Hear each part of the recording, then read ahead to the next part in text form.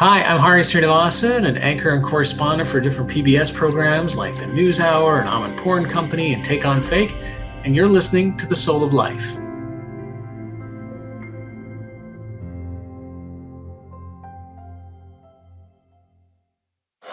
My guest tonight is an evolutionary biologist who says that mankind evolved from fish. Great. Now, not only will your grandfather order the scrod, he is the scrod. Please welcome Neil Shubin.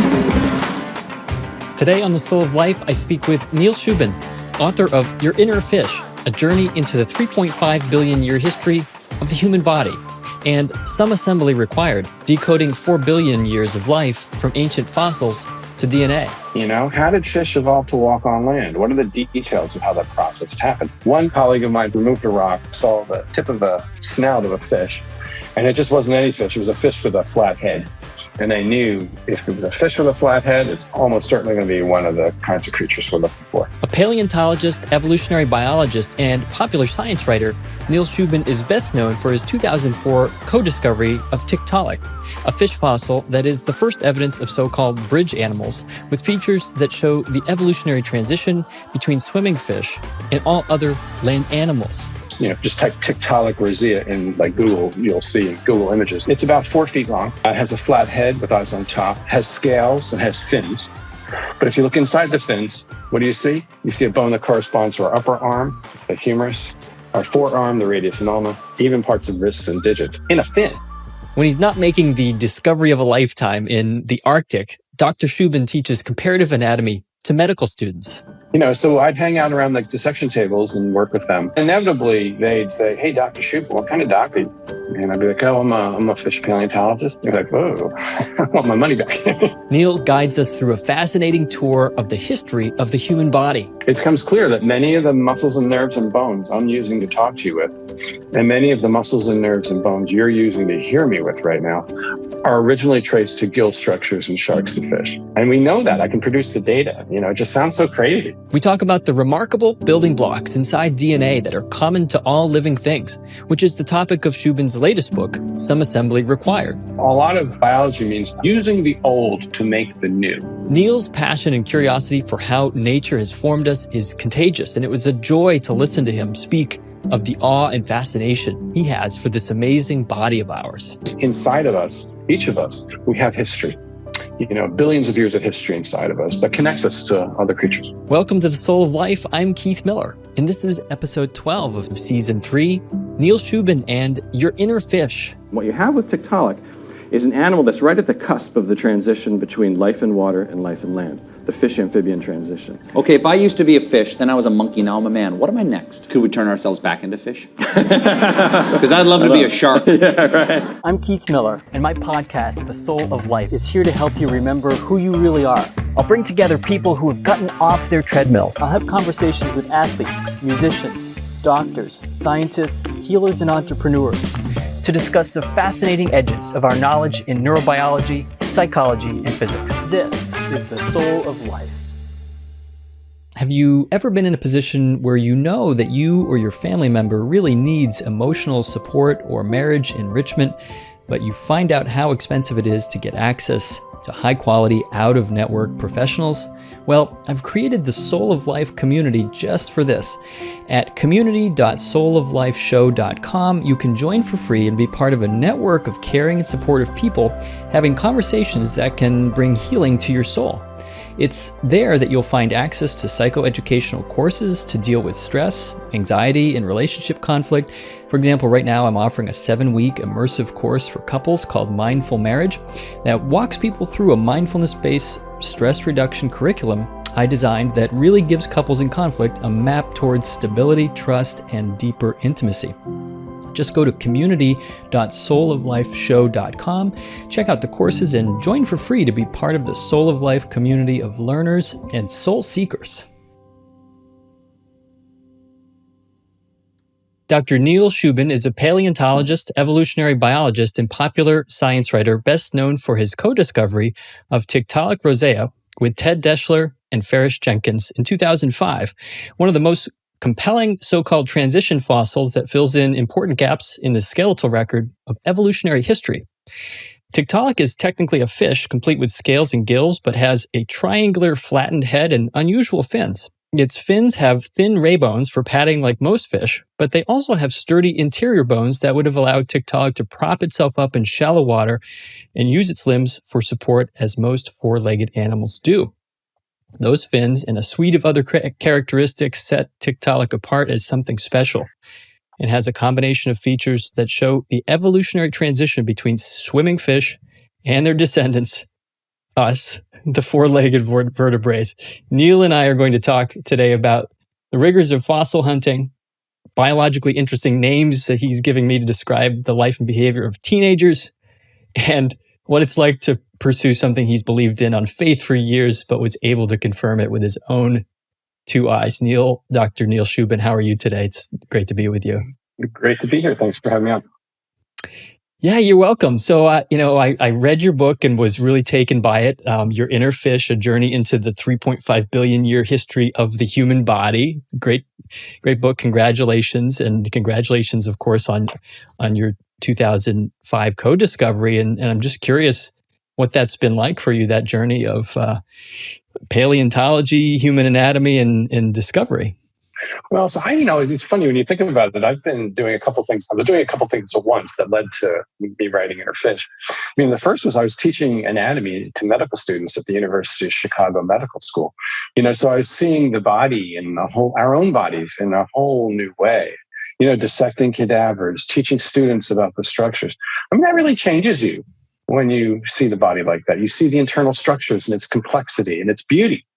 And the inner workings, which are really magnificent. At the same time, I was out cracking rocks, finding fish up in the Canadian Arctic, which was also changing my view as well. It was showing how our bodies are connected to the rest of life on our planet, that we share a history with them. And then that's what the paleontology was doing. So in a way, both sort of aspects of my existence were coming together. The anatomy teacher as well as the paleontologist, and that's how it was manifest in the writing of Your Inner Fish. Right. Now, teaching human anatomy to med students, but you're not a medical doctor. So help me understand that. Did even medical students sometimes do a double take about, well, we're Yeah. So inevitably, in the class, it's not, first of all, I should say, it's not unusual to have paleontologists and others teach anatomy, so it's not completely strange. For the medical students, it certainly was. I remember in those first few weeks in the class, I'd hang out with the students, we'd do dissections together. It's a fairly demanding class, right? You imagine the stress that they're going through. They're starting their careers as physicians. They're dissecting a human cadaver, facing mortality. And also it's a lot of work, memorizing lots of names. So I'd hang out around the dissection tables and work with them. And it'd be like a 6-hour lab twice a week, fairly intense. And inevitably they'd say, "Hey, Dr. Shubin, what kind of doctor are you?" And I'd be like, "Oh, I'm a fish paleontologist." They're like, "Oh, I want my money back." No, but honestly, I mean, they asked the question. Yeah. But it soon became clear within a few weeks that being a paleontologist, and not just any paleontologist, a fish paleontologist, it's a powerful way to teach, and learn human anatomy. And the reason for that is many of the best roadmaps to our own bodies lie in other creatures. The best roadmaps to the complex tangle of nerves in our head, well, you can see it in simpler form in sharks. The best roadmaps to the fundamental structure of our brain, you can see in, reptiles and things like that. So it became very clear as soon as we started to compare our bodies to other creatures. So that disconnect where, they were looking for refunds was soon connected, within a few weeks' time. Well, I mean, that makes so much sense. I mean, as somebody who's not in the medical profession myself, but just understanding, I think you're describing like the fifth cranial nerve like this, or the vagus nerve, for example, something very important in my field in mental health and the nervous system and the brain, and this wandering. Vagus, I guess, literally means wandering. Wanderer, yeah. And so you're either left with these choices looking at the human anatomy and some of the idiosyncrasies of it and how it sometimes doesn't work, or seems to not work. But then it seems like when you have the view that you're looking at it with, you realize it's built up layer upon layer upon layer. And so these things have happened for a reason. That's correct. I mean, you mentioned two great nerves. So, if you look at our skull inside our head, we have 12 nerves called the cranial nerves, right? And they go to I'm using them right now to talk to you. You're using them, to hear me. I mean, they are a complex jumble. But when you take them apart, you see, hey, sharks have a vagus nerve, the one you were just talking about. They have this trigeminal nerve, which I'm using to talk to you with right now, facial nerve, and all these others. And you can map them out in much simpler form in these other creatures. And it shows that connection so beautifully. I love to say to students is when you look at developmental biology and paleontology and anatomy and compare people to sharks and fish and other things, it becomes clear that many of the muscles and nerves and bones I'm using to talk to you with, and many of the muscles and nerves and bones you're using to hear me with right now, are originally traced to gill structures in sharks and fish. And we know that. I can produce the data. It just sounds so crazy. But that's what's fun about it. It sounds at first like, what? Just like, me teaching anatomy. But then when you layer on all the evidence, what you see is inside of us, each of us, we have history. Yeah. Billions of years of history inside of us that connects us to other creatures. It is beautiful to me and to many others, I think. We just had the emergence of the 17-year Brood X cicadas in Maryland, these creatures who have been buried in the ground as larvae for 17 years, and they emerge in unison at the same time. And my son and I were talking about this, and we had to, we had a little bet going on. We were like, let's try to figure out, like, between the two of us, why is it 17 years? And how did this particular species, as a species, agree or collectively communicate with each other to come out at the same time over 17 years? And we talked it through, and we sort of came up with this theory that, and I'm not sure how much you know about insects and entomology, but imagine more than me. We said, it's got to be something to do, well, the other years just didn't work out. So I'm not sure if that's true, but when you said it's sort of beautiful like that, these insects, which some people were very disgusted by, obviously, when you're crunching on them for weeks. That can do it. Yeah. That can do it. That can definitely do it. But it's beautiful, these ancient creatures, and come to find out we ourselves are ancient. When you also see these tides, even more generally, I'm here right now on the bay, and I'm watching the tidal rhythms. And you see just how life ebbs and flows with the tide. So you have the lunar cycle, which is connected to the cycle of the water moving back and forth, and it's connected to the cycle of the crabs and the birds and the other creatures and the people who do the shellfishing. What you start to see is cycle upon cycle that are interconnected to one another. In this case, it's the physical, with the moon and the earth and the tides, which connects to life and behavior and so forth. But we see those connections across the board. And I guess that's what motivates me as a scientist very much, is these connections. We see them in our history, like our family tree. You talk about your son, I've talked about, my family and so forth. But that family tree goes back to other living things, when Right. we follow the DNA record and the fossils. When that's another beautiful example of connections, Yeah, I think you spoke about how in 2005 we should back up a little bit. I should ask you about your history of geology and paleontology in Pennsylvania, and how you ended up in the Arctic with the discovery. But you talked about how, I think it was in the Pennsylvania public schools or in the state of Pennsylvania, this debate that geologists and paleontologists still have to sort of put up with. But and I myself actually went to a Christian college. I studied theology for a time before I knew I was meant to be a social worker in the secular world, and had a physics professor who was a brilliant physics professor, also trained in philosophy. And so it was this really interesting thing. And he was teaching intelligent design. And it was like, wow, like even, so I know for a fact that was in Pennsylvania. So what was it like for you to have such a decisive, I want to say, sort of giving such a decisive blow to some of this, or is it more integrative? Do you sort of hold a wider view? Please take the time now to subscribe to The Soul of Life wherever you're listening. Give it a thumbs up or write a positive review. Yeah, I think, so I never really viewed it as a decisive blow, honestly. It was all motivated by curiosity and a love of studying the natural world. That's what it really was. I mean, the thing that's beautiful about it is, we can talk a little bit about what led to its discovery. But what led to its discovery was a question. How did fish evolve to walk on land? What are the details of how that process happened? And we made a very specific prediction. And working after, a number of years, we found a fish with arms and legs.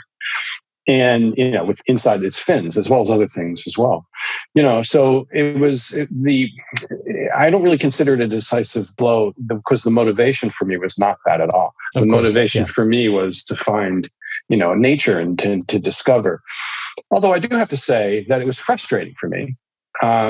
Having that creature, the fossil on my desk before it was described, and reading about, lawsuits sponsoring intelligent design creations in the school. And here I had a fish with arms and legs, on my desk in the lab next door. So it's like, but it's just not just this fish. There's lots of other evidence. There's DNA evidence. There's other fossils and so forth. And so, it's kind of frustrating. Sometimes I feel like, I just want to get out there and talk about science and talk about it in a way that, about the joy of doing science, because what motivates us as scientists in most cases is we just really kind of love the natural or physical world and we just want to understand it. Yeah. And it's a very humbling experience, because you realize just how much we don't know. But that's what motivates me, right? Because I'm humbled by what I don't know, so I want to know more. It's such a different view than some people may have about sort of like this sort of the powers that be in science somehow concocting some conspiracy or something. But it's clearly something very humbling. And tell me about how humbling it was. Oh, it's extremely humbling. So I'll just reel back to the story. So ever since I was a graduate student doing my PhD, I was really interested in understanding sort of the great transformations in the history of life. How did fish evolve to walk on land? How did mammals arise from reptiles? These big questions. And the one that really captured my imagination, obviously, was the fish to land living animal transition, because, it seems so impossible, right? If you look at the endpoints, it's like, well, how did that? Everything's got to change. Well, so I took a number of attacks, but one was to really kind of try to find fossil evidence that would just tell us a lot about it. And so what I did, working with colleagues, science is a team sport. It's not a solo act. So I was working with a number of colleagues. And Ted Deschler, who you mentioned earlier, Ted is in Philadelphia. He was a graduate student actually with me in the late 80s, early 90s. Now we're collaborators for years. What we did is we tried to say, well, where in the world could we find a creature, that's one of the first creatures to walk on land? So what we did is we said, okay, we want to find a place that has rocks of the right age, to hold the fossils. Place in the world that has rocks of the right type. Not every kind of rock holds fossils. And then rocks that we can access. It's like it does me no good if they're buried on the ground or on the sides of dangerous cliffs. I need rocks I can get to and that are exposed to the surface. So that's it, really. Rocks of the right age, rocks of the right type, rocks that are exposed. So our hunt initially led us to Pennsylvania for a lot of reasons, not the least of which is I had a job in southeastern Pennsylvania, in Philly. Ted was in Philly. We didn't have a ton of money. And so we just wanted to, get in our car and turnpike tolls and gas money. And it turns out in Pennsylvania, central Pennsylvania, there are rocks of the right age. They're about 365 million years old. Rocks of the right type. They're formed in ancient rivers and streams and nearshore tidal environments. And then rocks that are exposed. Now, these exposures weren't great. They were like where the Pennsylvania Department of Transportation decided to make a road cut. They blew it up with dynamite. Yeah. Right? So we follow, so basically we'd follow PennDOT around, as they made new roads. And it turned out to be a pretty good research program. Wow. We found north of Lock Haven, Pennsylvania. Actually, Ted found it. A wonderful site which has early limbed animals. I mean, really beautiful. It was a pretty remarkable site, just alongside the road, and it had many species. It was just really remarkable. But and then we found more in Pennsylvania. But it soon became clear that Pennsylvania was great, but we were limited. We were limited in two ways. First way we were limited was not a lot of rock to look at. Right? There's only so many places PennDOT's making roads. Yeah, we could look at railroad cuts or stream cuts, but we were running out of those pretty good. And I already had 2 cases of Lyme disease doing that. So I'm like, let's do some of them. So too many. Yeah. So I was like, and so we found, actually accidentally, that up in the Canadian Arctic, up in a place called Ellesmere Island, Melville Island, these are near the North Pole, 600-700 miles from the North Pole, were rocks that were formed that were older than the Pennsylvania rocks, which is good because we were actually in rocks that were too young in Pennsylvania to find the fish. They were significantly older, so about 375 million years old rather than 365, so about 10, 15 million years earlier. They were formed in ancient rivers and streams, and satellite photos showed that they were exposed to the surface. So okay, we're going to do that. Now, the problem with that is the Canadian Arctic is a vast place, and there's lots of places to look. So it took us a long time. And forgive me for asking a really basic question, but when you say the Arctic, because the Arctic is a sea that's surrounded by land, but it's frozen a lot of the time. Mm-hmm. So, but you're talking about the landmass of Canada, the landmass of the northern tip of Canada, exactly, right across from Greenland. And what you have is you have glaciers and pack ice, but then there's land up there as well. There's continent, and so in the summer, when it's still chilly up there, but the pack ice will recede and the snow recedes, and what you'll have is bedrock exposed to the surface. And in some places you have tundra, but we can actually work on the rock.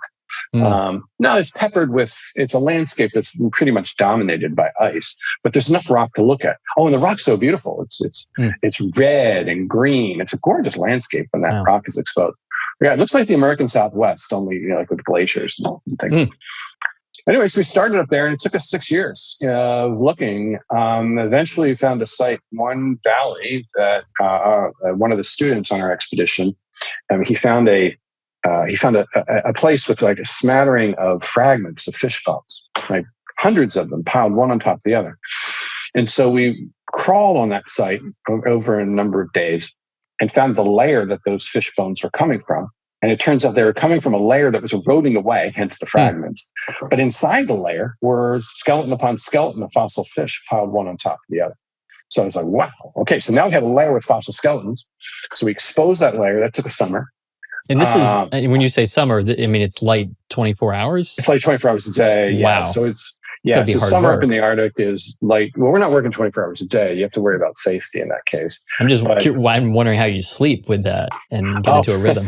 We work so hard, I sleep really well. You get into a rhythm because what you do is you force a rhythm on your body. Yeah. So what I'll do is I'll wear a visor, starting at around 9 or 10 o'clock. Yeah, I make it dark. So I just stay on a circadian cycle. Otherwise, you just go crarazy. Your body does weird things.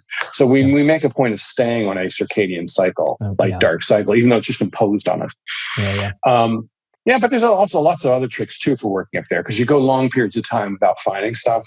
You can have really bad weather and get depressed. And it turns out, expeditions over the years working up in the poles, for centuries, they realized that entertainments and food are very important for morale. And so we focus much on the cuisine.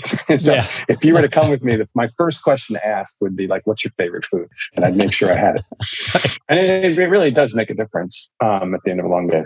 Anyway, so we ended up finding the layer using all those techniques to stay positive, because you do need to stay positive. Focus on the layer. And one day, it was July 14th, 2004. A colleague of mine from that removed a rock from the layer, and he said, "Hey guys, what's this?" I came running over, and I saw the tip of a snout of a fish, and it just wasn't any fish. It was a fish with a flat head. And I knew if it was a fish with a flat head, it's almost certainly going to be one of the kinds of creatures we're looking for. Because one of the big pieces of the transition is they go from fish that have conical heads with eyes on either side to fish with flatter heads with eyes more on top, almost like a crocodile. And you're looking for a neck. And we're looking for necks and all that sort of stuff. And so we kind of, as soon as we saw that, we realized we had found what we spent 6 years and numerous sprained ankles and hundreds of thousands of dollars of grant money to find. So I mean, and it strikes me that it could have been another 6 years, or it could have been another 12 years, right? That it's sort of, it's one of these things. Could have been. Well, we tried to maximize our odds by focusing on this one layer. Yes, it could have, and it could have been never, But we tried to maximize our odds by focusing on this one layer. And we were finding enough. Like I found a scale of something that looked odd. And, we found bits and pieces that were odd and were suggestive that we get it, like a back of a jaw that didn't make sense otherwise. And so when we found it, it was confirmation. And then we found about 4 more that summer. And we've since found about 20 of these things. And we named it Tiktaalik rosia, which was working with Inuit up there. There was their suggestion for a name because we were kind of working with the indigenous community. And I think we felt it appropriate for them to give it the specific name, which they did. It's a great name. And it was this remarkable thing to find. If I was to hold in front of you the iconic specimen, which is, just type Tiktaalik rosia in like Google, you'll see in Google Images. It's about 4 feet long. It has a flat head with eyes on top, has scales and has fins. But if you look inside the fins, what do you see? You see a bone that corresponds to our upper arm, the humerus, our forearm, the radius and ulna, even parts of wrists and digits in a fin. Wow. You know, yeah, it's pretty amazing. Likewise, it has a neck. No fish has a neck. It has lungs and gills. And how would you find out? Like, how do you figure out that it had lungs? So lungs are actually, this is an interesting story. So my most recent book is a book called Some Assembly Required, which actually looks at how we know these things. And it turns out lungs are primitive. Most people think lungs came about when fish evolved to work on land. That's not the case. Lungs were around for eons before animals took their first steps. In fish. In fish. Oh yeah, they were around in fish. So there are many fish with lungs. There are a number of them alive today. There's a creature in Africa called a bircher. They have lungs. Lungfish, as the name implies, they have lungs. And they're all cousins of us. And if you look at the lungs, they're very similar to ours. And they develop in the same way. Similar genes, similar DNA makes them. So lungs have been around. We knew lungs have been around for eons before the fish took their first steps on land. And lungs really first appeared as sort of accessory organs to help animals breathe when the oxygen content in the water got low. Wow. They also help it's like animals. A hybrid vehicle. Yeah, exactly. They also help animals with buoyancy, right? Neutral buoyancy and things. And so lungs actually were playing a different role early on. And so we also know, so basically we knew lungs were already there primitively. But also if you look at Tiktaalik, it has a huge rib cage, which are necessary for moving lung. It has a giant space in there. So it's clearly they had some sort of gas organ in there. But they also had gills. So we know it had gills because we can see the gill bars in the right area too. And it had leg bones, a big hip. So it's pretty remarkable. And it's taught us a lot because ever since the discovery of Tiktaalik, there have been other teams have discovered similar kinds of creatures, which tell us a lot about how this transition happened. Some of them have very finger-like bones at the end of their fins. So it's been really a remarkable time to be a paleontologist and witness all these discoveries, and to be a part of it. Wow. And at what point in our own evolution, or let's just say our embryonic evolution, do we have gills and then they're gone? Like you spend some time. There's a great chapter in your Inner Fish, describing the sort of universality of all embryos. When you look at, in fact, our kids, we just walked down the road to the pool the other day and we saw some sort of like stillborn animal. It looked like a rodent because there was a tail, but we couldn't tell what it was. And, when we were talking about this feature of all embryos, that it could be kind of anything. I mean, this one had a snout, so it looked pretty typical of a rat or something. But at what point do we have gills when we're first? Yeah. So if you look at a human embryo, a few weeks after conception, what they develop is a series of swellings in what's called the pharyngeal area, and on the sides of where the neck and margin of the face is. And those swellings contain cells, and they're thick. They also have clefts between them. So there are 4 of these swellings, each with a cleft between them. And those cells inside there actually migrate to contribute to portions of our lower jaw, our ears, the muscles and nerves and bones that supply them, our voice box, and so forth. Yeah. Well, it turns out fish have those swellings too. But what happens in fish is the clefts become the gill apparatus. The swellings become bones in their head. So we share this common sort of developmental stage. We take it in one direction, fish take it in another. And so that's really a beautiful thing, because if you look at an early embryo, if I was to show you a shark and a human, they'd look more similar as embryos, but you'd recognize differences. They're not identical by any stretch of the imagination, but they do have these swellings. And so we can ask the question, what do the swellings become in people? What do the swellings become in sharks? And that just shows that, our ear bones correspond to gill bones in sharks. Right. It's kind of unambiguous. And then you can trace the fossil record to show that as well. And it's pretty crazy, actually, but it's really fun. Yeah. And you describe also how DNA, it's not just working with bones and rocks and chisels, that paleontology is really increasingly a DNA-based sort of science, right? That there's this archaeology. You talk about the organizer and this which sounds like a character from The Matrix, which I think appreciate your humor in your writing as well. Thank you. I mean, so what happens is that as embryos are built, so let's think about what development is, because it's really kind of beautiful. It's extremely beautiful. Yes. We all start as a single cell, fertilized egg. That's a single cell. But you and I are talking to each other as, I don't know, 20 trillion cells, something like that, all packed in the right place. So how do you go from that single cell to these 20 trillion cell, 30 trillion cell, I don't know the number, humans, adult humans? What happens is cells divide, and as they divide, they gain new identities. They become muscle cells and nerve cells and bone cells, but they also gain patterns. They form a pattern, like the one bone, two bone. They form the pattern of the body. Well, it turns out science has gotten pretty good in the last 3 decades, understanding how DNA works to make those patterns, to make those cells different. So it turns out that genes are being turned on and off in the process of development. It's and thousands of them, you turn on and off, to make an embryo. So each cell has the same DNA inside of it.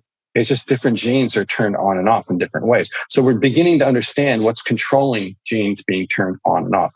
And in a sense, what we're beginning to understand is the recipe that builds a body from a single cell to, many trillion cell body. And we're able to compare the recipe that builds the DNA recipe that builds a human to the DNA, the recipe that builds a fish or a mouse or a chimpanzee or what have you. And we're seeing, terrific similarities and differences. And we're beginning to, like in fossils, we can see, how the anatomy changes. With DNA, we can begin to see how the recipe itself changes. And that's just terrifically exciting to be able to pull all that together. It's unbelievable. What I'm struck so much about, Neil, is the role that the environment plays in turning on those or regulating those DNA expressions, that the field of epigenetics, which is now really coming into its fore in mental health and psychology. This idea that depression or this a traumatic incident that a mother has is not necessarily biologically passed down, but epigenetically passed down. That the way that mother is showing up in the world and energetically with the child or father or something, that it actually changes or inhibits or permits genetic expression and personality develops, and it's just fascinating. Yeah, there are many switches that control how active or inactive our DNA is. And some of them are hardwired in the DNA. Others are dependent on a continual interaction with the environment. And it's these sort of DNA environment interactions which are so fundamental to understand. As you say, epigenetics is a field that didn't even exist in the same way 20 years ago. Right. And it's one of the things that's kind of remarkable, it's worth pointing out, is we're living in an age of incredible scientific revolution. If you've had a COVID-19 vaccine, you've witnessed that revolution. Yeah. We had the mRNA vaccines, come to the fore. We have new technologies to understand the genome. We went from about a year, less than a year, to when the sequence of the Chinese published the sequence of SARS-CoV-2, the virus that causes coronavirus, COVID-19, to having vaccines tested and so forth. That's just insane. It's just amazing. But those same technologies are also telling us a lot about the history of life and the recipes that build bodies, because we can now sequence. There are DNA sequencers that are handheld that I can take in the field. You get DNA sequences so quick. And so that's beginning to tell us not only how to compare the DNA among different creatures, but again, to compare how the DNA is working during the development from egg to adult. So this molecular revolution that we've witnessed, in the context of a pandemic, is something that's been going on in science for the last 10 years.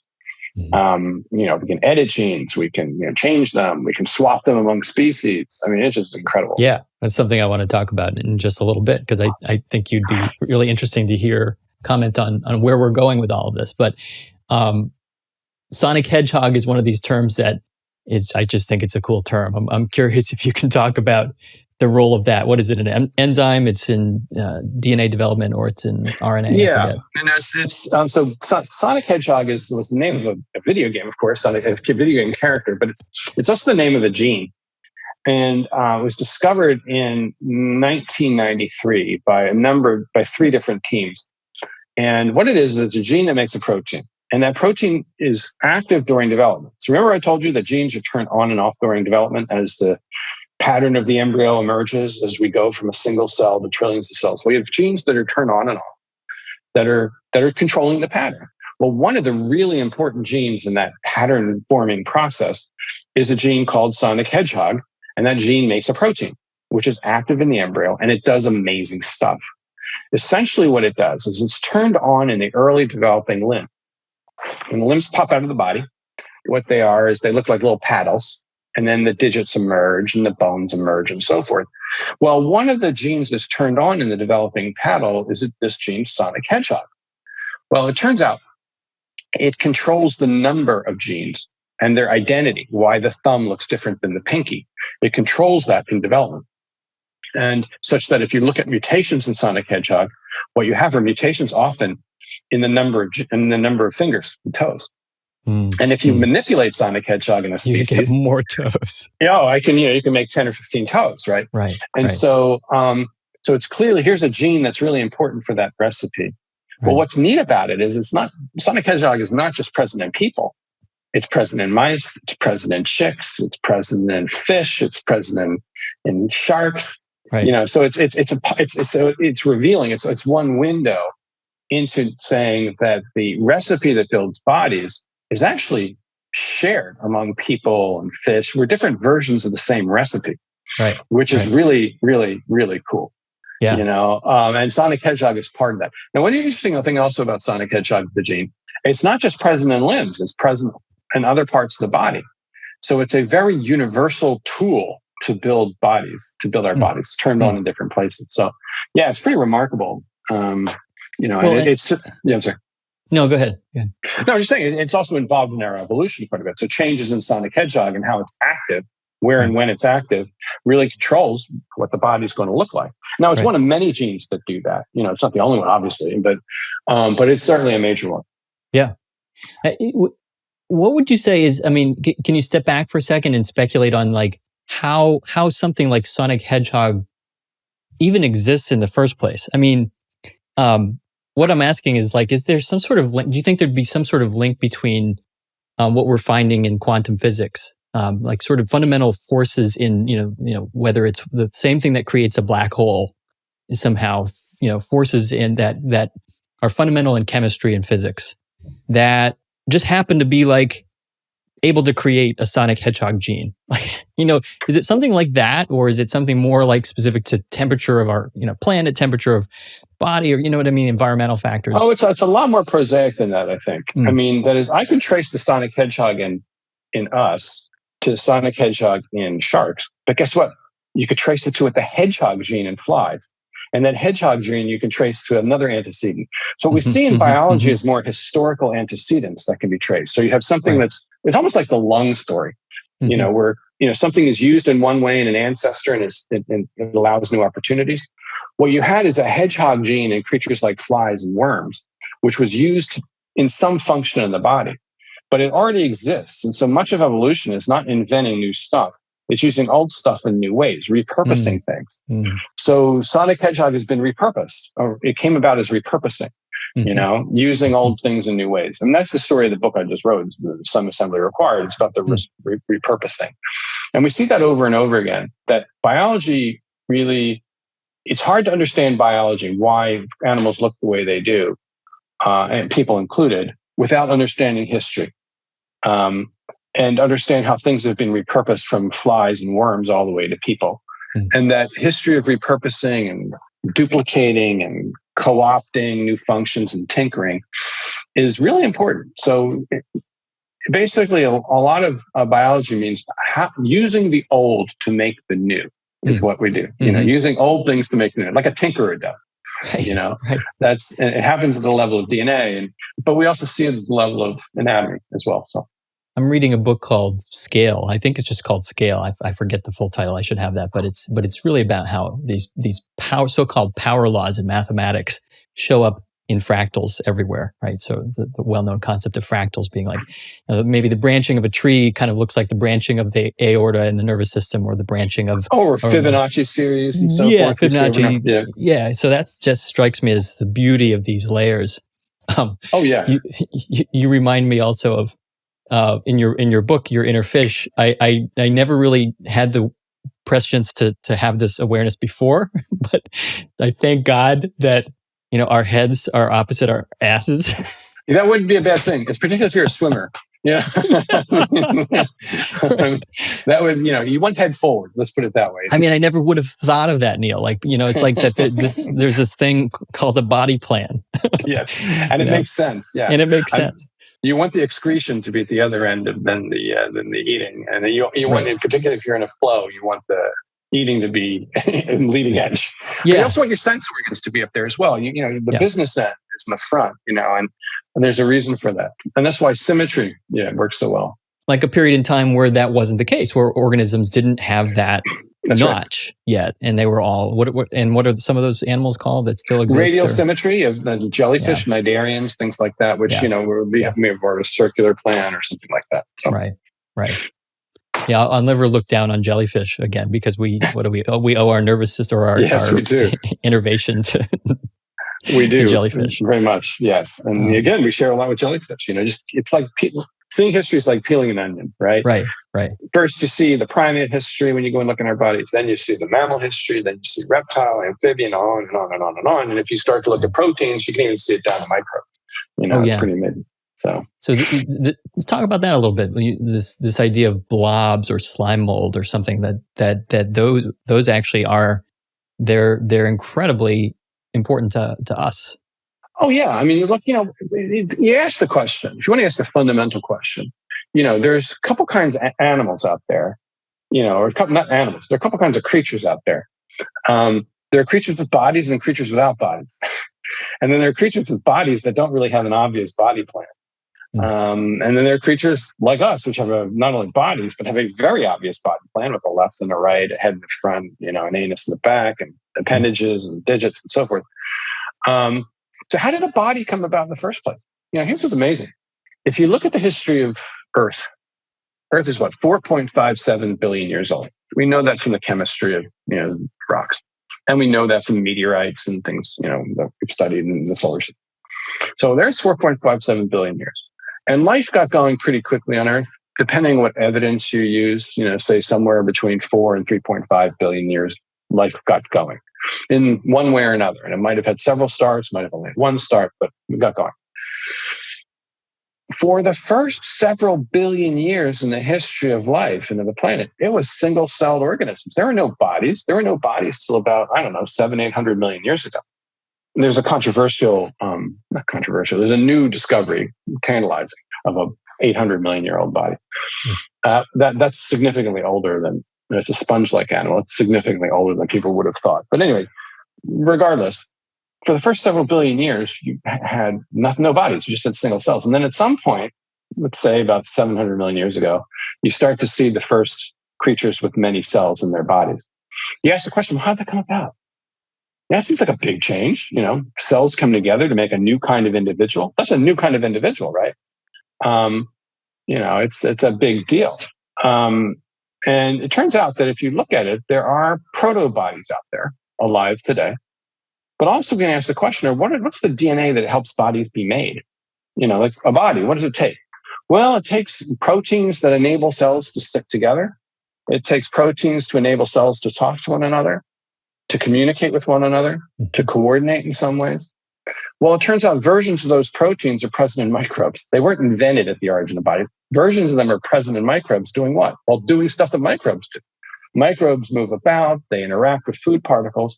So remember we talked about repurposing in evolution. Well, bodies came about from repurposing proteins and molecules that already existed in some form in microbes, just using them in new ways and coordinating their function in new ways. And so that's what history does. It shows you these connections that you never would have thought about before. And also, we wouldn't have known it unless we could sequence all these genomes, which we can do now. And that's beautiful.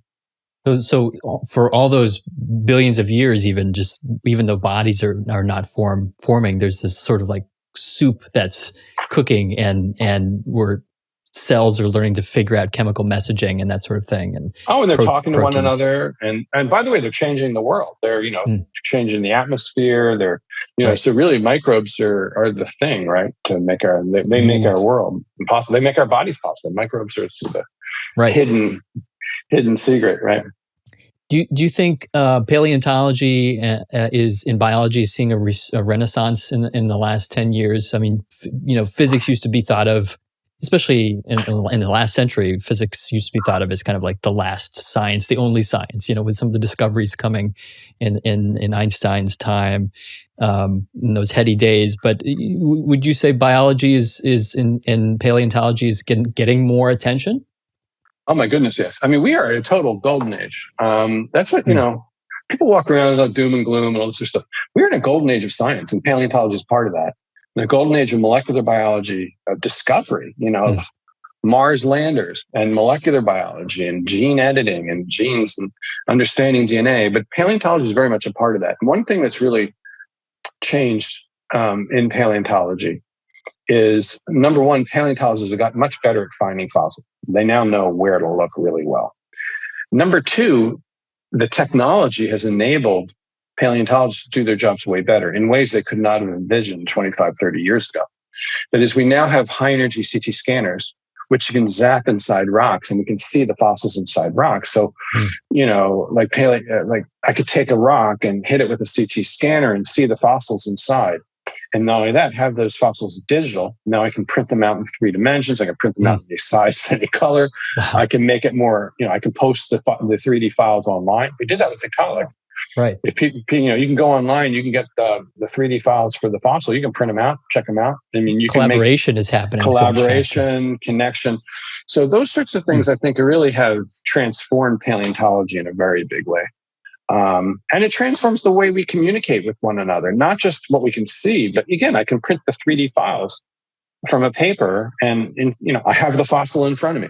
We did that with you can print out Tiktaalik and you can have the fossil version of the fossil in front of you, scientifically researchable one right in front of you. Right. So that accelerates discovery in a very big way. We've also gotten very good at remote sensing landscape, and drone technology. So when I'm in the field, we can send drones out to see is it worth hiking 10 miles to get to that site, right. Or but now I can have high resolution satellite images, or I can send a drone over to save us a lot of time. Do we have Shell, Mobil, and Exxon to thank for some of these developments? Well, in a couple ways. In some ways, they're pretty rare and bad. So they're, So Shell and Mobil's oil companies have invested a lot in understanding the geological record. And so some of their data is actually out there in the public sphere. Some of it, not all. Where it can be utilized to make predictions about where to look, for fossils. But oil companies, that's what they do for a living, is right. They're looking at the layers of rock to try to figure out what's the best layers to hold and preserve accessible, extractable oil and gas deposits. At a smaller scale, we're doing that in paleontology too. But we don't do it in INFARC. The difference is when I work on a spot and I leave it, you'll never know I was there. Yeah. So you don't leave a rig. I don't leave anything. You don't even know. I moved the tent rocks. You don't know. There's no sign we've been in a place when we're done. Particularly when we're working in a very sensitive place like the Arctic. Speaking of the Arctic, do you feel bittersweet about the global warming? Obviously, the catastrophe of that, but also the opportunity for the Arctic. Yeah, I mean, it's first of all, it feels. I was there. I've been there. My last trip to the Arctic, well, I've been to Antarctica twice. Last trip there was in 2019. But in the Arctic, my last trip there was 2015. Yeah, I mean, it's crazy. The amount of ice pack is reduced dramatically. We had, I don't think the temperature got below 40 degrees when when I was there last.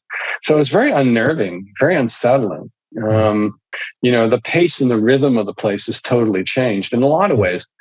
Climate change is, the climate change in the Arctic is the most noticeable of anywhere in the world, right? It's heated. It's been heating the most, particularly in the ice cap of Greenland, as well as in the Canadian Arctic. And it's very noticeable in the extent of the ice cover, in the migration of the polar bear, not migration, but where the polar bears spend most of their time, now on land versus sea, which is a bit of a problem for us. Yeah. So it's actually very unsettling and scary, and it's actually very disruptive for Inuit communities that are up there. The other thing that's happened is in the polar regions is they've heated up not only climate, in terms of climate, but politically they've heated up as well. Yeah. With climate change up there, now you have new sea routes opening up through the northern part of Russia or the Northwest Passage through Canada. So all of a sudden, nations that normally kind of were pretty cool about working in the Arctic together now we're seeing, their own individual nationalistic political interest in their own, their own boundaries. And that's changed a lot, So the Russians sent a submarine to put a little Russian flag, at the bottom of this piece of plate called the Lomonosov Ridge. They're claiming the area underneath the North Pole. The Canadians and Denmark and the Canadian Danes are squabbling over a tiny little island between Greenland and Ellesmere Island, and that's just the tip of the iceberg. You're going to see the political squabbles up there. No pun intended. Or pun intended. Yeah. It's the melting tip of the iceberg. The melting tip of the iceberg. And the problem is, you see that, our little base, which when we first started working there a few decades ago, was a tiny little shack, which could support like small prop planes. Now is militarized. There's a military base there, and it's just that goes along with the warming climate. Yeah, it's an unfortunate side effect. But I imagine you'll see more opportunities as well for exposed rock. Well, definitely, there's definitely more exposed rock. There's just no doubt about that. I mean, it's just so the Tiktaalik site sits right near the head of a big glacier that's been retreating. So there's certainly be more of that rock around. It's fascinating. Really great to talk with you, Dr. Neil Shubin. Do you want to say something about your latest book and where people can find you? Yeah, so you can Google me at my laboratory. We publish our laboratory results. You just Google me at Neil Shubin, UChicago. My latest book is Some Assembly Required, which is looking at the 4.5 billion year history of life and how the great transitions in evolution happen. A lot of what we were talking about today about repurposing and genes, and the amazing technologies that are out there that tell us about history. So that's coming out in paperback on August 31st of this year. Definitely one that I'm looking forward to picking up and can't wait to read. Appreciate your time so much. Thank you. Hey, I've started a community for Soul of Life fans interested in talking about episodes or getting more information about some of my teaching on IFS, mindfulness, and relationship growth. Head on over to community.souloflifeshow to get access to this group of really cool people just like you who care about the show and want to talk about episodes or hear more, get access to courses and support each other through life. That's what this is all about. Please leave an iTunes rating for the show and subscribe now wherever you listen to get more soul in your life. I like it and it's not harsh to my eardrum. All right, I will go.